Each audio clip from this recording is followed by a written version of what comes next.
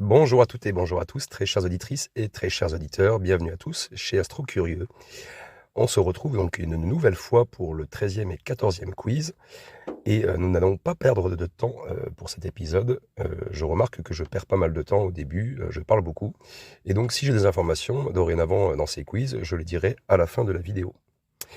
Alors on va commencer de suite donc par la 13e question, donc elle portait sur le disque d'accrétion et les jets relativistes. Alors, vous avez été donc 111 personnes donc, à répondre à ce quiz, et vous aviez donc plusieurs possibilités. Un disque de gaz et de poussière qui est attiré par le trou noir, une structure d'étoile orbitant un trou noir, une onde de gravité circulant autour du trou noir, ou un champ magnétique entourant le trou noir. Alors, on va essayer d'analyser un petit peu tout ça, et bien évidemment, la bonne réponse est un disque de gaz et de poussière attiré par le trou noir.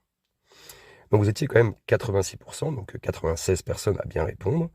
Et selon mes statistiques, vous étiez 5% à répondre à une structure d'étoile orbitant un trou noir. Donc vous étiez 6 participants. Et 6% donc à répondre une onde de gravité circulant autour du trou noir. Donc 7 participants.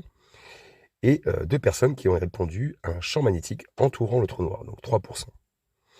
Alors, les personnes qui qui ont bien répondu à la question, eh bien, ça montre, pour moi, ça montre une bonne compréhension globale du concept, hein, et probablement grâce à l'épisode qui détaille le rôle du disque d'accrétion que je vous avais déjà fait, ou même de vos connaissances actuelles.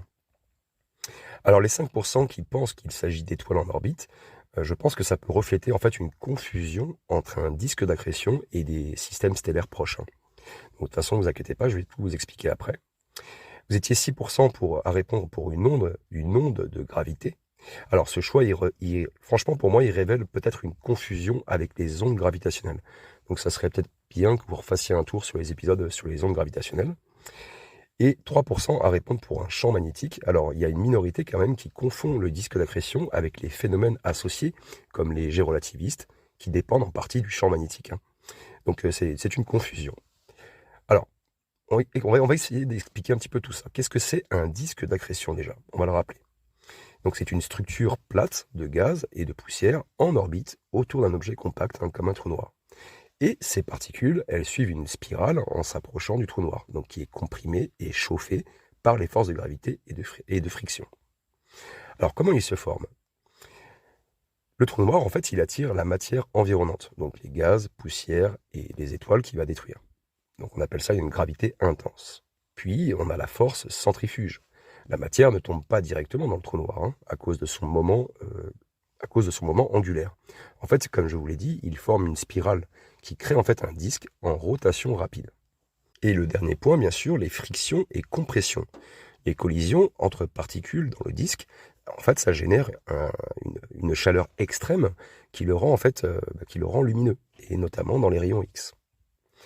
Alors pourquoi le disque est-il important? Tout d'abord, les émissions lumineuses. Le disque, c'est l'un des seuls moyens directs d'identifier un trou noir.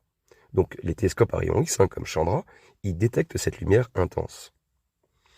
Ensuite, nous avons les jets relativistes. Dans certains cas, en fait, il y a des jets relativistes qui sont éjectés perpendiculairement au disque à des vitesses proches de celles de la lumière. Et ces jets sont liés à des champs magnétiques puissants autour du trou noir. Donc je pense que voilà, j'ai bien détaillé, je pense. Alors si vous avez des questions, comme d'hab, hein, vous allez dans les commentaires et vous me posez la question, avec plaisir, je vous répondrai. Alors pourquoi les autres réponses sont incorrectes? Donc les 5% qui ont répondu une structure d'étoile orbitant un trou noir, eh bien les étoiles, elles peuvent être en orbite autour d'un trou noir, mais elles ne forment pas un disque. Ce sont des objets individuels. Vous avez été 6% à répondre une onde de gravité circulant autour du trou noir. Les ondes gravitationnelles ne circulent pas autour d'un trou noir. En fait, ce sont des perturbations de l'espace-temps qui se propagent dans l'espace, dans l'univers, quoi. Et vous avez été 3% à répondre à un champ magnétique qui entoure le trou noir. Les champs magnétiques, en fait, ils jouent un rôle dans la formation des jets relativistes, mais ils ne constituent pas un disque d'accrétion. Donc ce qu'il faut retenir, j'ai retenu plusieurs points clés. Premièrement, c'est un disque d'accrétion, c'est un phénomène lumineux qui est essentiel pour détecter les trous noirs. Deuxième point clé, c'est sa formation et sa luminosité qui découle de la gravité intense, de la friction interne. Et troisième point, les jets relativistes, bien que spectaculaires, sont vraiment des phénomènes secondaires liés au disque. Voilà. Donc j'espère que ça vous convient déjà quant aux explications. Allez, passons maintenant au 14e quiz. Alors le 14e quiz concernait donc la singularité gravitationnelle et l'intérieur des trous noirs. Alors qu'est-ce qui se passe à l'intérieur d'un trou noir près de la singularité gravitationnelle? Alors c'est intéressant, vous étiez donc 189 personnes à participer. Vous aviez donc effectivement plusieurs possibilités, hein, soit donc la gravité devient plus faible à l'intérieur, soit un autre univers est accessible, soit l'espace-temps cesse d'exister, et soit la densité et la gravité deviennent infinies. Alors bien sûr la bonne réponse était donc la densité et la gravité deviennent infinies. Vous étiez donc 85% à répondre, donc 161 personnes, et cela montre quand même une compréhension majoritaire des caractéristiques de la singularité grâce aux explications des épisodes précédents, ou aussi bien évidemment de votre compréhension en règle générale. Alors les autres réponses, vous étiez quand même 9 personnes à répondre que la gravité devient plus faible à l'intérieur, donc 5%, et selon moi c'est une confusion majeure avec la gravité décroissante dans les régions éloignées du trou noir. Vous étiez aussi 13 participants, donc 7% à répondre un autre univers est accessible. Donc je pense que cette réponse est influencée par des spéculations sur les trous de verre, et c'est souvent évoqué en science-fiction. Bon, après on a le droit de rêver, ça c'est sûr. Et vous étiez 3%, donc 6 participants, à répondre l'espace-temps cesse d'exister. Donc selon moi, c'est une mauvaise interprétation des distorsions extrêmes de l'espace-temps. Alors on va essayer d'expliquer tout ça pour que vous ayez vraiment une bonne compréhension. Donc déjà tout d'abord, qu'est-ce que c'est la singularité gravitationnelle? La singularité gravitationnelle, c'est le cœur théorique d'un trou noir, donc où toutes les lois connues de la physique s'effondrent. C'est aussi un point unique où la densité devient infinie car toute la masse du trou noir est concentrée en un espace d'un volume nul. Et c'est aussi la gravité où la singularité est si forte qu'elle déforme l'espace-temps de manière infinie. Alors qu'est-ce qui se passe près de la singularité? C'est assez fascinant, mais c'est très théorique bien sûr. Alors tout d'abord, nous avons l'effondrement de la matière. Toute matière qui franchit l'horizon des événements se dirige inexorablement vers la singularité, et donc comprimée vers une gravité extrême.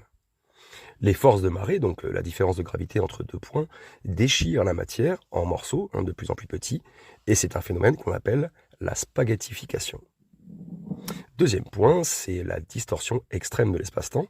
L'espace-temps autour de la singularité est déformé au point où le temps lui-même ralentit et devient nul théoriquement.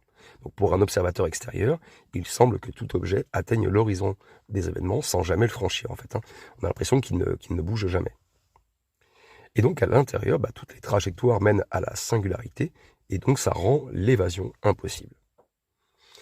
Ensuite, nous avions l'infini et les limites de la physique actuelle, bien sûr, puisque les valeurs infinies de densité et de gravité, ça crée un paradoxe pour les théories modernes. Voilà. Et donc la relativité générale, en fait, elle prédit la singularité, mais elle ne peut décrire ce qui s'y passe réellement. Et après, bien sûr, vous aviez les théories comme la gravité quantique à boucle ou la théorie des cordes, qui pourraient un jour résoudre ces mystères. Alors vous étiez quand même 5% à répondre la gravité devient plus faible à l'intérieur. Et je pense que cette réponse, en fait, elle reflète, ces statistiques reflètent quand même une incompréhension des gradients de gravité. La gravité, en fait, elle peut diminuer loin du trou noir, mais à l'intérieur, elle croît vers l'infini, comme je vous l'explique. Et du coup, contrairement aux régions éloignées, la singularité, elle concentre toute la gravité, atteignant des niveaux inimaginables, bien sûr. Vous étiez 7% à répondre à la deuxième possibilité, un autre univers est accessible, je vais y arriver. Et donc, bien sûr, ça me fait un peu sourire parce que cette idée, elle est influencée par la science-fiction et puis les théories spéculatives sur les trous de verre. Bon, c'est vrai on a le droit de rêver et moi je trouve ça cool. Bon, bien que certains physiciens aiment bien théoriser sur les liens entre les trous noirs et les univers parallèles, il n'y a pour l'instant aucune preuve scientifique qui confirme cela. Vous étiez 3% à répondre, l'espace-temps cesse d'exister. Et je pense que cette réponse, ces 3%, ça interprète quand même mal, vous interprétez mal les déformations extrêmes de l'espace-temps. Et du coup, l'espace-temps, en fait, il ne disparaît pas, mais il est plutôt infiniment courbé. Et donc les singularités qui déforment l'espace-temps, eh bien, elles ne les détruisent pas. Elles restent des régions d'existence, si vous préférez. N'hésitez pas à me poser des questions dans les commentaires, je me ferai un plaisir de vous répondre en plus en détail si vous le souhaitez. Alors quel est son rôle à cette singularité dans l'étude des trous noirs? Tout d'abord des défis pour la physique moderne. La singularité, c'est quand même l'endroit où la relativité générale et la mécanique quantique entrent en conflit. Et donc, quand on essaie de résoudre ce paradoxe, c'est compliqué et c'est l'un des objectifs majeurs de la physique théorique, bien sûr. L'étude de ces singularités pourrait révéler des informations sur l'origine de l'univers, donc le Big Bang par exemple, ou sur la structure même de l'espace-temps à l'échelle quantique.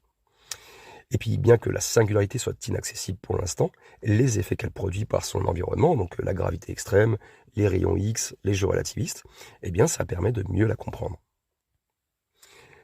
Comme d'habitude, il y a des petits points clés à retenir. En gros, la singularité, c'est donc le centre théorique d'un trou noir, où la densité et la gravité sont infinies. Elle provoque des distorsions extrêmes de l'espace-temps et des forces de marée vraiment destructrices et incroyables. Et la compréhension de la singularité pourrait révolutionner notre vision de la physique. Voilà, j'espère que c'était assez compréhensible pour vous. Comme d'habitude, on va s'arrêter là, on va faire 2 quiz à chaque fois, comme ça fait pas trop long. J'espère que cela vous a plu en tout cas.